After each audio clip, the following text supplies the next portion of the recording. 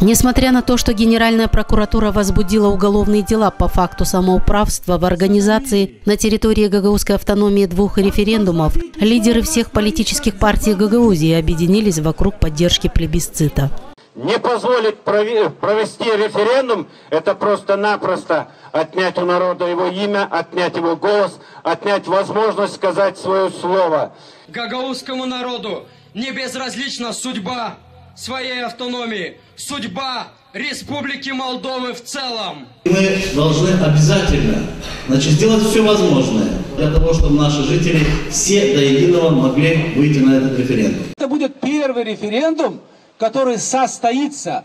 Если он состоится, мы с вами показываем, что мы демократическая автономия. Что все свои цели, которые Гагаузия ставила и будет свои ставить, будет всегда достигать. Поддержали в этом вопросе гагаузскую автономию и соседние районы. Согласно решению Тараклийского районного совета, 2 февраля по всем населенным пунктам пройдут собрания для консультаций с гражданами в поддержку референдума в Гагаузии. Я лично пойду, и у меня такое мнение, что это очень важный аспект в данный момент в нашем, сказать, тараклийском обществе. Я лично иду, потому что у меня есть дети, есть внук. Я хочу их будущее, чтобы процветало, чтобы не гнулись перед каждым. Этот вопрос должен решаться на уровне правительства. Но дело в том, что как правительство наше особо-то не уделяет внимания малым национальностям, придется и нам поддержать гагаузов, выйти на референдум, и я, естественно, сам выйду.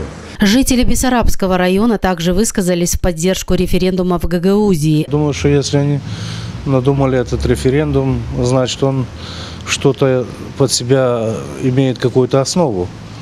По моему мнению, я бы поддержал. Потому что таможенный союз – это открытые двери как бы в многие направления. Ну, я думаю, что можно созвать сход граждан, потому что вот если в Евросоюзе или в Таможенном союзе, надо было это сначала с людьми поговорить, а потом решать, а у нас делается наоборот.